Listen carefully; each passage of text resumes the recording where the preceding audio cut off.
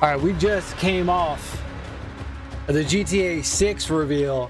Straight into this. What a day, boys. What a day.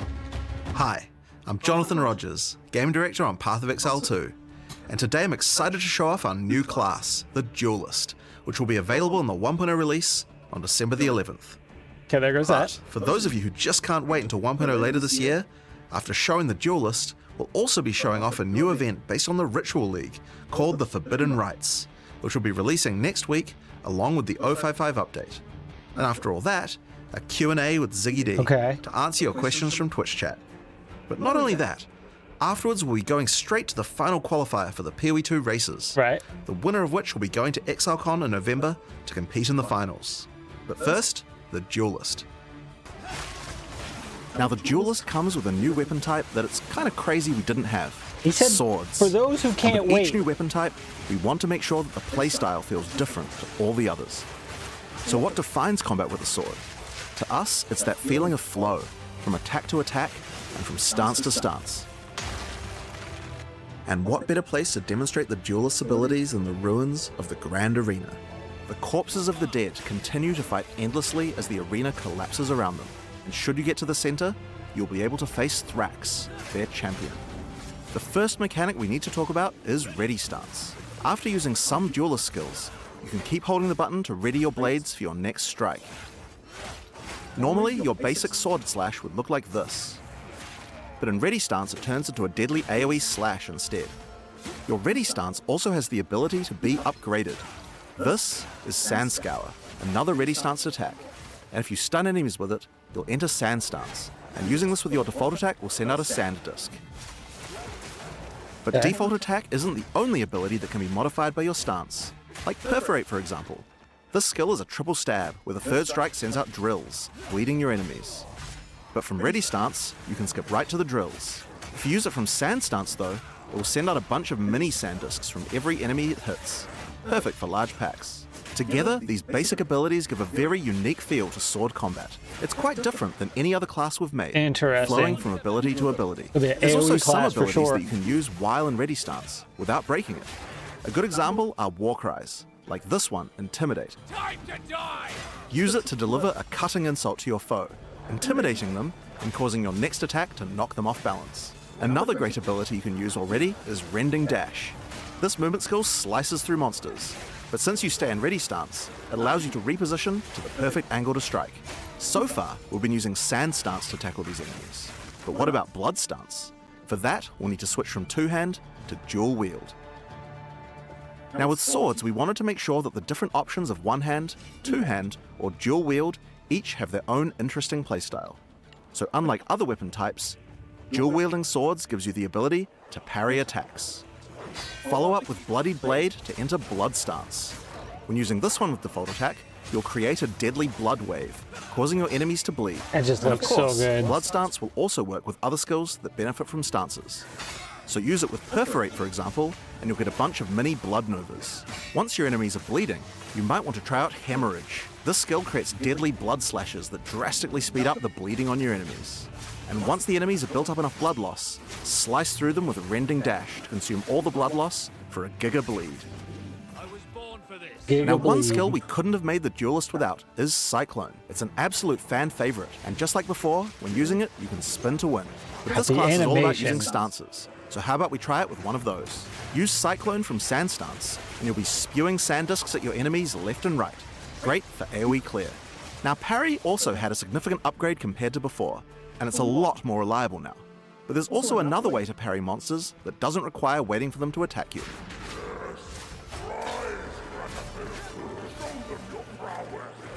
By switching to a shield, you can now bash enemies straight out of Ready Stance to parry them without waiting for an attack. Really?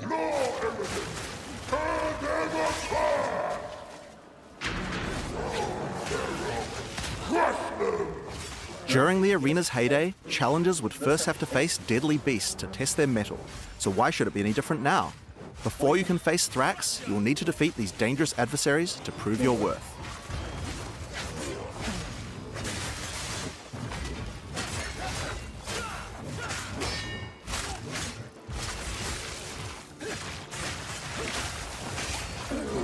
Born for this. Another trick the Duelist has up his sleeves are buried blades. Earthrend creates blades that slice through the ground towards your enemies, and once in the ground, these blades have a few uses. The first one of these can be done using Charge Slash. The basic version is a simple lightning-infused cleave, but do it from ready stance, and it changes into a deadly spin, sending out lightning projectiles. Okay. But Charge Slash can also be used with the buried blades.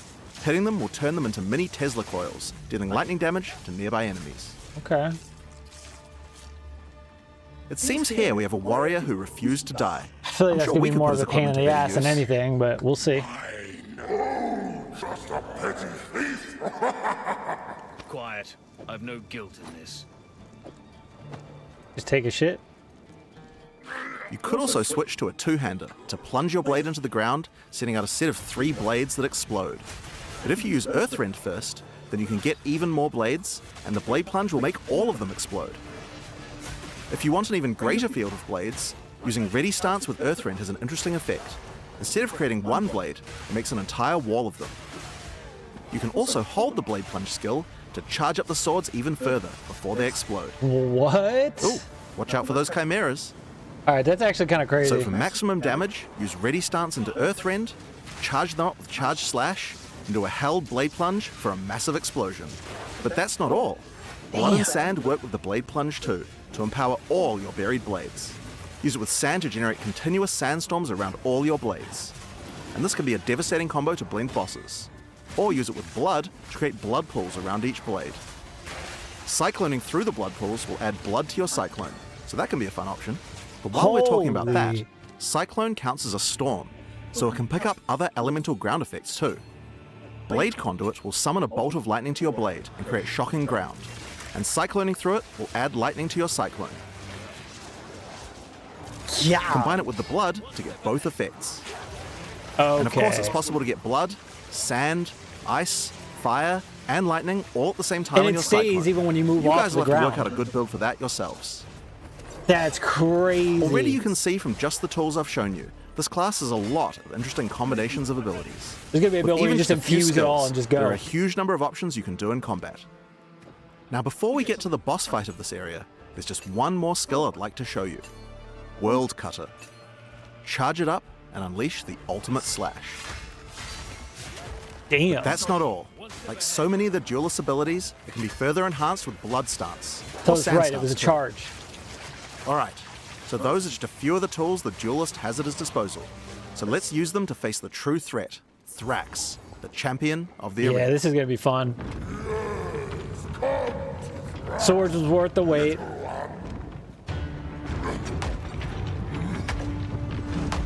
Watch the wood when he slams into it. Like, the effect looks so good. Look at that.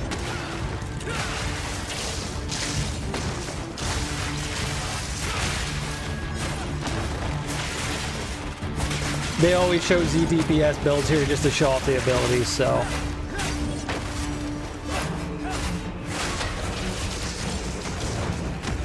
So you lay him down, put the shock on him, and then you explode. You power it up and explode him. Assuming you just parry that.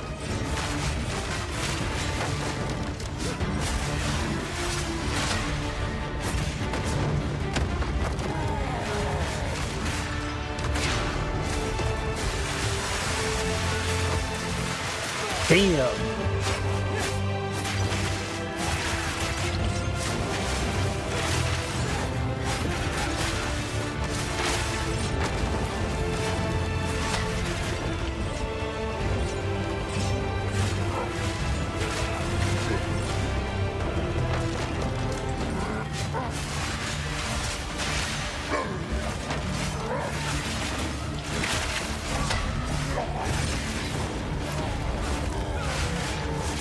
Obviously, by the time we get here, we're going to be so OP. It's going to... Obviously, the fight's not going to last this long.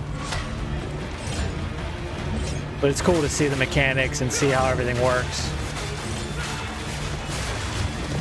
Boom! I did 16,000. That was the biggest yet. Who we're going to use that, the one-shot bosses. What? Alright, so that's a taste of what we have in store for the Holy. Duelist. It's my favorite class I've ever worked on, and provides a really dynamic combat experience that's just quite unlike any other ARPG. Damn. But we also wanted to show what kind of possibilities there are for the Duelist in the endgame. To do that, I'll hand things over to Mark. Hell yeah. Hi, I'm Mark Roberts, What's up, Mark? Game Director on Path of Exile. Today, we're going to go through 2 endgame builds that we've put together for the Duelist made by our developers. Oh my god. Our first build is called the Bringer of Blades, a mighty name once feared in the arena. This build is all about rising buried blades from beneath the ground. Some say each sword created by this build is from a foe slain in battle in the gladiator arena, and from the afterlife, they offer their sword back to you in respect. The bread and butter of this build uses Earthrend, supported by the lineage support Calm's Madness, to maximize the efficiency of creating buried blades. It combines that with the Blade Conduit skill, to charge up all the blades with lightning. You can also use the Astral Projector support on it to be able to do so from ranged, if you want to minimize risk and place shock ground underneath your enemies. We also have Earthrend supported by Electrocute, so that we can keep the enemies crowd controlled. Then it's just simple. Spam Earthrend, occasionally using Blade Conduit to refresh the charged lightning on all the blades. For stronger enemies, or larger packs, we want to be able to get sand stuns. The best way to do that while clearing is using Combat Frenzy. Simple, now you're generating frenzy charges. With those, we can use Sand Scour to enter sand stuns. And from sand stuns, use Blade Plunge to cause sand discs to appear on all of our many buried blades, covering the screen in storms of sand. Damn. Of course, you want to use eroding sands too, because as the sand discs are doing many Break small armor. hits, you want to make sure enemies have as little armor as possible for maximum damage. This is Alongside crazy. that, since we're doing lightning damage, we're also going to throw in the new support Sandstorm, which causes our sand discs to become infused with lightning. Jesus. The other tool we're Wipe using is Viper this out. support, which causes all your buried blades to add miniature auras that give you damage. To double down on that further, we have this new passive skill Notable, which also causes your buried blades to make you angry, causing you to generate rage on hit while near them. Holy. With those, we want even more buried blades. So, let's take it to the extreme. And for that, we have this skill, Rain of Steel, which allows you to call down a whole ruckus of swords, covering the entire battlefield in buried blades. It's pretty obvious what to do next. Just use the existing combos, and the entire screen becomes surging with lightning as sand discs run wild. Holy. Log in, There's more boys. coming even still. Alongside the Duelist, we've made a whole bunch of new epic swords. I mean, just look at them all. That's a lot. This build in particular uses this sword, which causes all your buried blades to be enhanced by Karui magic and become ancestrally boosted. Then, take these new passive skill notables, specifically for boosted attacks, to improve your efficiency even further. There's a few new ways to boost attacks with the Duelist, and we're excited for you to discover and integrate them into your builds. Holy. With all that combined, look at this actual mayhem.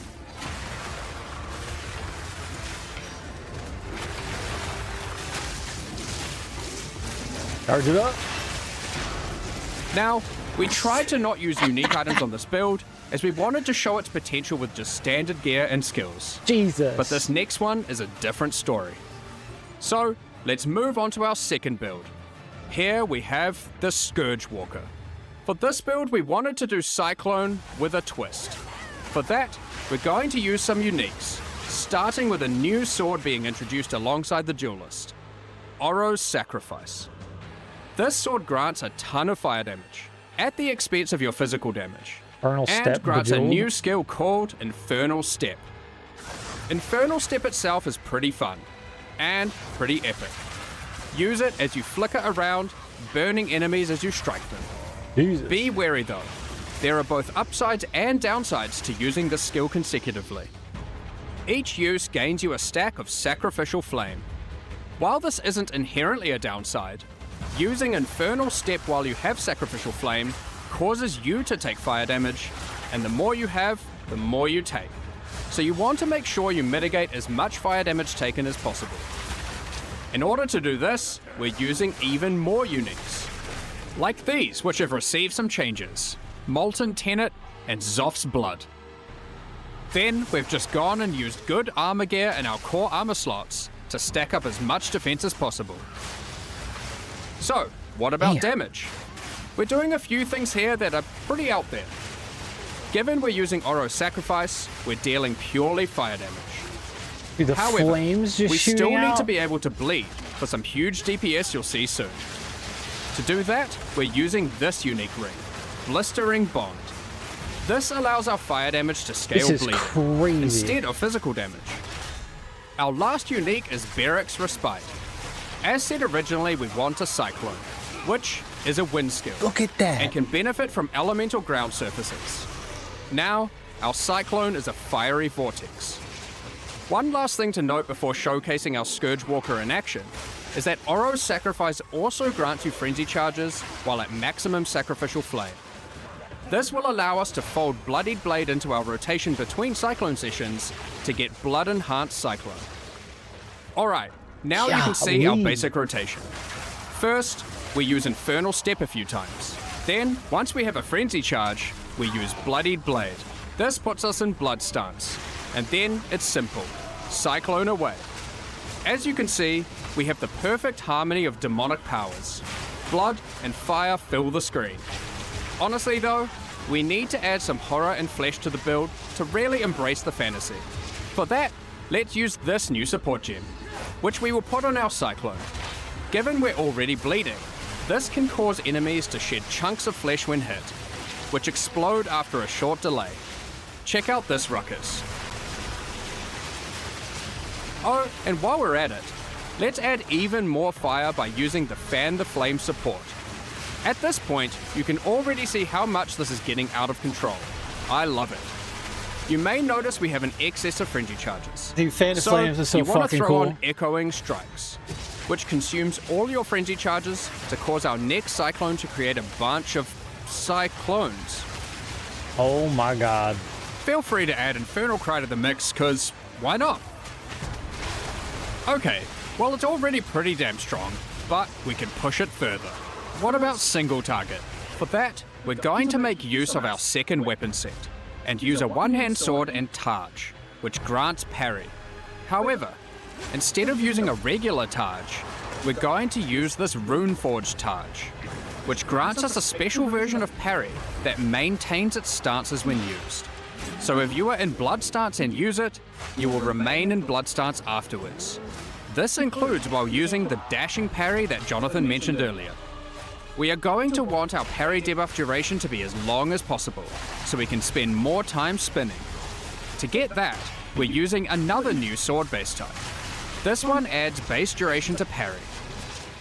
We've also then invested into as much parry duration in this weapon set as possible on new passives on the tree. Now, we can make this even looking for new better stuff. by using a new support that allows our parry to apply armor break. And to get it to benefit from our fire damage, we will anoint the Molten One's gift on our amulet. Now, our armor break causes enemies to take extra fire damage. So now, we just get into Blood stance using Bloodied Blade, use parry, which dashes in, keeping us in Blood stance. Jesus. Then, we Cyclone our way to glory. That's some Don't damage. forget to also use Echoing Strikes once you get enough frenzy charges. I mean, just look at this damage. You may have noticed we didn't show any Ascendancy classes. That's right, these builds weren't even Ascended, so their build potential goes so much higher. And the Ascendancies are pretty epic. Here's some art to tease them. Oh. But to Oh, find out shit. more about that, you'll have to check them out when we show them at ExileCon later this year. I had a feeling. We hope you enjoyed our Duelist demonstration. We're really excited to have you get your hands on it and start slicing and dicing throughout Rayclast. Now, Path of Exile 2's full 1.